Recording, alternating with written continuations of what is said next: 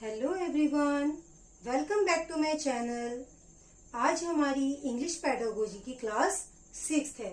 हमने अपनी class 5th में क्या पढ़ा था? क्या आपने मेरी वीडियोस ध्यान से देखी है? हमने अपनी क्लास 5th में पढ़ा था लेव वाइगोस्की की theory, social cultural development theory, जिसको किसने दिया था? लेव वाइगोस्की ने, जो एक रशियन साइकोलॉजिस्ट है। आज हम देखते हैं type of speech. Type of speech भी किसने दी है? लेव वाइगोस्की ने। तो चलिए देखते हैं कि कितने टाइप की हमारी स्पीच होती हैं। ये सीटेट एग्जाम के लिए बहुत ही इंपॉर्टेंट टॉपिक है। यहाँ से एक या दो क्वेश्चन 110% एग्जाम में पूछे जाते हैं, और इनमें से भी इनर और प्राइवेट, ये दो स्पीच ऐसी हैं जिनसे बहुत ही क्वेश्चन आने की संभावना रहती है। तो चलिए देखते हैं। हमारी जो स्पीच होती है वो 3 टाइप की होती है। First social, second is inner and third is private. Social, inner and private, जिसको हिंदी में हम कह सकते हैं सामाजिक, मौन भाषा और निज भाषा। आप हिंदी पेडागोजी पढ़ेंगे, वहां पर भी सेम टॉपिक है, और हिंदी पेडागोजी में भी एक या दो क्वेश्चन एग्जाम में जरूर पूछा जाता है। तो हमारी फर्स्ट स्पीच क्या है? Social speech. चलिए देखते हैं कि सोशल स्पीच का क्या मतलब होता है। Social speech external communication used to talk to others. External communication used to talk to others. ये जो स्पीच है यह दूसरों से बात करने के लिए यूज की जाती है। सोशल का तो मतलब ही सामाजिक हुआ ना, जो हमारे समाज से रिलेटेड है। और समाज किससे मिलकर बनता है? लोगों से मिलकर बनता है। तो जो दो लोग आपस में मिलकर बातें कर रहे हैं, वहां पर जो स्पीच यूज की जाएगी वो है social speech. External communication, external मतलब कि बाहरी कम्युनिकेशन जो यूज किया जाता है दो लोगों के बीच में। तो external communication use to talk to others, जब दूसरों से बात करने के लिए जो स्पीच का यूज किया जाता है उसका नाम है social speech. Second is inner speech. ये बहुत इंपॉर्टेंट स्पीच है। इसका मतलब क्या हुआ? It is the hidden speech. ये हिडन स्पीच है। इसका मतलब कि जब हम अपने माइंड में कुछ सोच रहे होते हैं तो उस स्पीच को कहा जाता है इनर स्पीच। बच्चे अक्सर कंफ्यूज हो जाते हैं इनर और प्राइवेट स्पीच में। ये होती तो सिमिलर है कहीं ना कहीं, लेकिन इनके जो पर्पस हैं वो अलग अलग होते हैं। जैसे सेकंड आपकी है inner speech, it is the hidden speech. ये एक हिडन स्पीच है जो किसी को दिखाई नहीं देगी, ना ही किसी को सुनाई देगी। जैसे सोशल स्पीच में तो हम किसी से बातें करें तो हमारे माइंड में क्या चल रहा है, हम क्या बोलना चाहते हैं, वो दूसरे को पता चलेगा। लेकिन इनर स्पीच में ऐसा कुछ भी नहीं होगा। तो it is the hidden speech, thinking silently in our mind. जब हम अपने माइंड में कुछ सोचते हैं तो उस स्पीच को कहा जाता है inner speech. Third is private speech. Hindi में कहें तो निज भाषा या निज स्पीच कह सकते हैं आप। For the purpose of regulation, for the purpose of self regulation, मतलब कि एंड सेल्फ कंट्रोल, खुद के कंट्रोल के लिए। फॉर डायरेक्शन, जब हम खुद को डायरेक्ट करते हैं, खुद को डायरेक्शन देते हैं, तो वहां पर जो स्पीच यूज होती है वो होती है प्राइवेट स्पीच।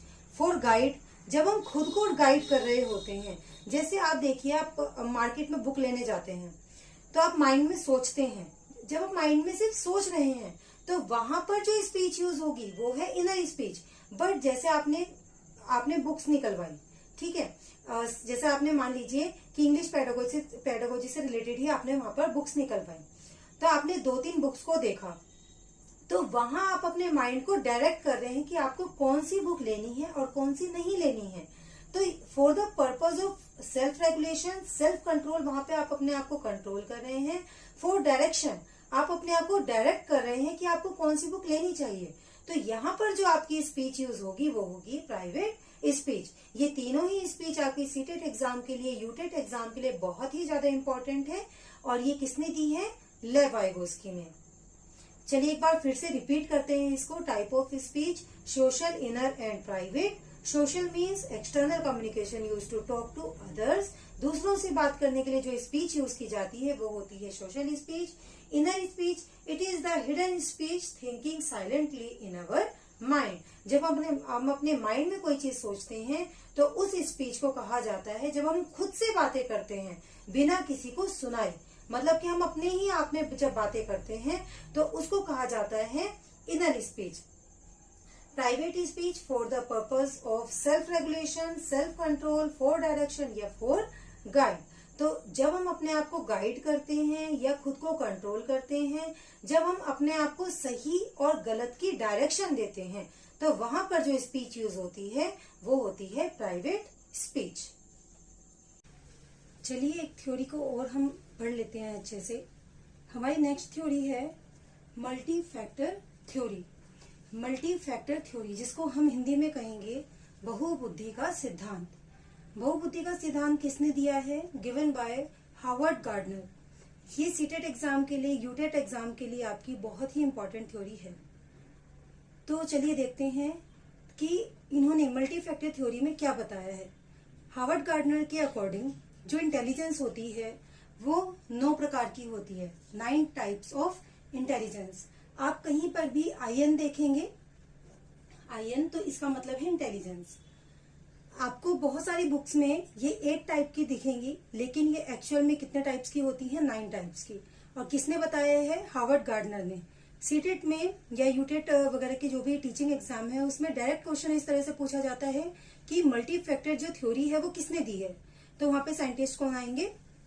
Howard Gardner. चलिए देखते हैं कि पहला टाइप है इसका इंटेलिजेंस का वो क्या है। तो फर्स्ट है लिंग्विस्टिक इंटेलिजेंस। लिंग्विस्टिक का मतलब होता है भाषाई, जिसकी अपनी भाषा में पकड़ अच्छी होती है। तो लिंग्विस्टिक इंटेलिजेंस में कौन कौन आते हैं? जैसे poet, writer, speaker, seller. Poet जो कविताएं लिखता है, राइटर जो कहानियां लिखता है, स्पीकर जो अच्छा वक्ता होता है, या सेलर जिसको कुछ भी अपनी चीजें बेचनी हो वो, तो उसकी भी अपनी भाषा में पकड़ अच्छी होती है। तो ये और भी बहुत सारी एग्जाम्पल हो सकते हैं इसके। तो ये सब किस में आएंगे? लिंग्विस्टिक इंटेलिजेंस में। Second is mathematical logical intelligence. Mathematical logical intelligence, जिसका जो मैथमेटिक मीन्स उसका वो अपने माइंड से बहुत अच्छा है, तो वो कौन होगा? जैसे साइंटिस्ट या मैथमेटिशियन। ठीक है। अब एक और चीज मैं आपको बताना चाहती हूँ इसमें।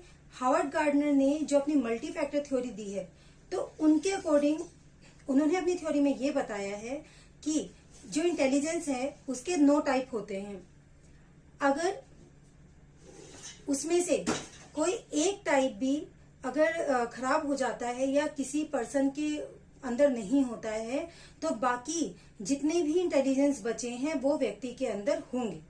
जैसे इसका एक एग्जांपल ले सकते हैं। आपने एक दर्जन केले लिए, तो उसमें आपको 12 केले मिले, 12 केले मिले, उसमें से एक केला नीचे गिर गया।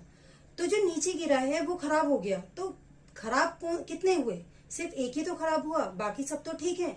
बिल्कुल ऐसे ही अगर एक इंटेलिजेंस किसी पर्सन के अंदर नहीं है तो क्या वो इंटेलिजेंट नहीं कहलाएगा? नहीं, ऐसा नहीं है। तो बाकी इंटेलिजेंस तो उसके अंदर है। हाँ, तो यही बात कौन बोलते हैं? हावर्ड गार्डनर अपनी थ्योरी मल्टी फैक्टर थ्योरी में। Third is bodily kinesthetic intelligence. Bodily मतलब कि जिसका बॉडी और माइंड दोनों में जो कोऑर्डिनेशन है वो अच्छा होता है। Coordination between body and mind. जैसे डांसर जब डांस करता है तो उसकी बॉडी वैसे ही मूव करती रहती है जैसे उसका माइंड।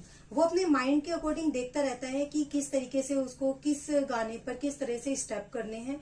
तो उसका माइंड और बॉडी पर जो कोऑर्डिनेशन है वो अच्छा रहता है। जिम्नास्टिक भी ऐसे ही रहते हैं। और भी इसमें बहुत सारे एग्जाम्पल्स और हो सकते हैं। Fourth is musical intelligent. Musical intelligence जिसको म्यूजिक की अच्छी नॉलेज होती है, तो वो कौन है? जैसे सिंगर। नाउ फिफ्थ इंटेलिजेंस क्या है? चलिए देखते हैं। Special intelligence. स्पेशल इंटेलिजेंस क्या होता है? Good knowledge of space. वो पर्सन जिनको स्पेस के बारे में अच्छी नॉलेज होती है वो कहलाते हैं, उनके अंदर होती है स्पेशल इंटेलिजेंस। जैसे टेलर टेलर जब भी कोई जैसे स्टिचिंग कर रहा है तो उसके पहले वो कपड़े की क्या करता है, कटिंग करता है। तो उसको पता होता है कि कहाँ से किस तरह से काटना चाहिए जिससे कि जो कपड़ा है वो अच्छे से स्टिच हो पाएगा। ऐसे ही पेंटर होता है, तो पेंटर को भी ये पता होता है कि कहाँ पर किस तरह का कलर करना चाहिए, है ना, कैसा करने पर जो वॉल है वो बहुत अच्छे से पेंट हो जाएगी। इसमें और भी एग्जाम्पल हो सकते हैं, जैसे ड्राइवर को भी स्पेस का पता होता है कि कितने स्पेस से गाड़ी निकल जाएगी, कितने स्पेस में से नहीं निकल पाएगी। तो ये लोग कौन होते हैं, ये होते हैं स्पेशल इंटेलिजेंस वाले person. Next is intrapersonal intelligence. Intrapersonal और इंटरपर्सनल ये दोनों ही बहुत इंपॉर्टेंट है हमारी कोई भी टीचिंग एग्जाम के लिए। तो intrapersonal intelligence related to express our self in front of others. जब हम अपने आप को किसी और के सामने अच्छे से एक्सप्रेस कर पाते हैं तो उन लोगों के अंदर कौन सी इंटेलिजेंस पाई जाती है, इंट्रापर्सनल इंटेलिजेंस। कभी भी कंफ्यूज मत होइएगा इंट्रापर्सनल और इंटरपर्सनल में। इंटर का तो मतलब ही ये होता है ना कि दूसरा, तो इंट्रापर्सनल मतलब खुद को एक्सप्रेस करना और इंटरपर्सनल मतलब कि दूसरों को समझना। इंट्रापर्सनल जब हम अपने आप को किसी और के सामने एक्सप्रेस करते हैं, जैसे एक टीचर क्या करता है, अपने आप को दूसरों के सामने बहुत अच्छे से एक्सप्रेस कर पाता है। पॉलिटिशियन भी ऐसे ही होते हैं, खुद को बहुत अच्छे से एक्सप्रेस कर पाते हैं। यही जो पॉलिटिशियन है ये किस में भी आ सकता है, ये लिंग्विस्टिक में भी आ सकते हैं, क्योंकि इनको भी भाषाई ज्ञान अच्छा होता है और ये इनकी अपनी भाषा में पकड़ अच्छी होती है। तो और इसमें एग्जाम्पल आ सकते हैं, जैसे एडवोकेट। जो एडवोकेट होता है वो भी अपना जो पॉइंट ऑफ व्यू है वो बहुत अच्छे से सामने वाले को समझा सकता है। Next is interpersonal intelligence. ये किन में पाई जाती है, जैसे psychologist. Related to understand others. जब हम दूसरों को अच्छे से समझ पाते हैं तो वहां पर जो इंटेलिजेंस होती है वो होती है इंटरपर्सनल। जैसे साइकोलॉजिस्ट कौन होते हैं, जो दूसरों को समझ रहे हैं। ऐसे ही डॉक्टर भी क्या करता है, दूसरों को समझता ही है। तो उनके अंदर भी कौन सी इंटेलिजेंस पाई जाती है, इंटरपर्सनल इंटेलिजेंस। और कौन कौन से लोग हो सकते हैं, एक जो पॉलिटिशियन है वो भी हमारा इंटरपर्सनल में आ सकता है। पॉलिटिशियन कैसे आएगा इंटरपर्सनल में, क्योंकि वो क्या करता है, दूसरों की परेशानियों को समझता है और उनको समझाता है। ऐसे ही जो टीचर है वो भी इंटरपर्सनल में आ सकते हैं, क्योंकि एक टीचर भी सिर्फ अच्छा वक्ता ही नहीं होता, अच्छा श्रोता भी होता है, दूसरों को समझता भी है। एक अच्छा टीचर वही बन पाता है जो बच्चों को अच्छे से समझ पाए। तो related to understand others interpersonal, और related to express our self in front of others ये होगा intrapersonal. Eight is naturalistic. Naturalistic का मतलब क्या होता है, प्राकृतिक। जिसमें प्रकृति से रिलेटेड अच्छी नॉलेज होती है वो आते हैं नेचुरलिस्टिक इंटेलिजेंस में, जैसे farmer. Next is existential intelligence. Existential intelligence किन में पाई जाती है, जिनके अंदर आत्मा परमात्मा का ज्ञान होता है। चलिए देखते हैं आज हमने क्लास में क्या क्या पढ़ा, एक बार रिवाइज कर लेते हैं। सबसे पहले हमने देखा types of speech. Speech 3 types की होती हैं, सोशल, इनर और प्राइवेट। फिर हमने देखा मल्टी फैक्टर थ्योरी जो दी है हार्वर्ड गार्डनर ने। इन्होंने बताया कि इंटेलिजेंस जो होते हैं 9 टाइप्स के होते हैं। तो चलिए देखते हैं कि वो कौन कौन से हैं। फर्स्ट इज लिंग्विस्टिक इंटेलिजेंस, जिनमें भाषाई बुद्धि होती है, उनकी अपनी भाषा में अच्छी पकड़ होती है, जैसे poet, writer, seller etcetera. Second is mathematical logical intelligence, जिनमें गणितीय तार्किक बुद्धि जो है वो बहुत अच्छी होती है, जैसे साइंटिस्ट होते हैं, मैथमेटिशियंस होते हैं। Third is bodily kinesthetic intelligence, जिनकी बॉडी और माइंड पर जो कोऑर्डिनेशन है उनका वो बहुत अच्छा होता है, जैसे dancer. Fourth is musical intelligence, जिनका म्यूजिक में अच्छी पकड़ होती है, जैसे singer. And fifth is special intelligence, जिनकी स्पेस को लेकर अच्छी नॉलेज होती है, जैसे tailor, painter etcetera. Sixth is intrapersonal. Intrapersonal और इंटरपर्सनल आपकी सीटेट या किसी भी टीचिंग एग्जाम के लिए बहुत ज्यादा इंपॉर्टेंट है, इंट्रापर्सनल का मतलब होता है related to express our self in front of others, कि खुद को दूसरों के सामने अच्छा एक्सप्रेस करना। तो ये किसके अंदर ये गुण होते हैं, जैसे teacher, politician, etcetera. 7th is interpersonal, related to understand others, दूसरों को बहुत अच्छे से समझना, जैसे psychologist. Naturalistic intelligence, good knowledge होती है जिनकी प्रकृति को लेकर, जैसे फार्मर। एग्जिस्टेंशियल इंटेलिजेंस, जिनको आत्मा परमात्मा का ज्ञान होता है, वो किस में आ जाते हैं, एग्जिस्टेंशियल इंटेलिजेंस में। अगर आपको ये वीडियो अच्छी लगी हो और आपके लिए हेल्पफुल हो तो प्लीज वीडियो को लाइक करें, शेयर करें और मेरे चैनल को सब्सक्राइब करें। और आज की क्लास से रिलेटेड अगर आपको कोई भी प्रॉब्लम आती है तो आप कमेंट सेक्शन में पूछ सकते हैं। Thank you.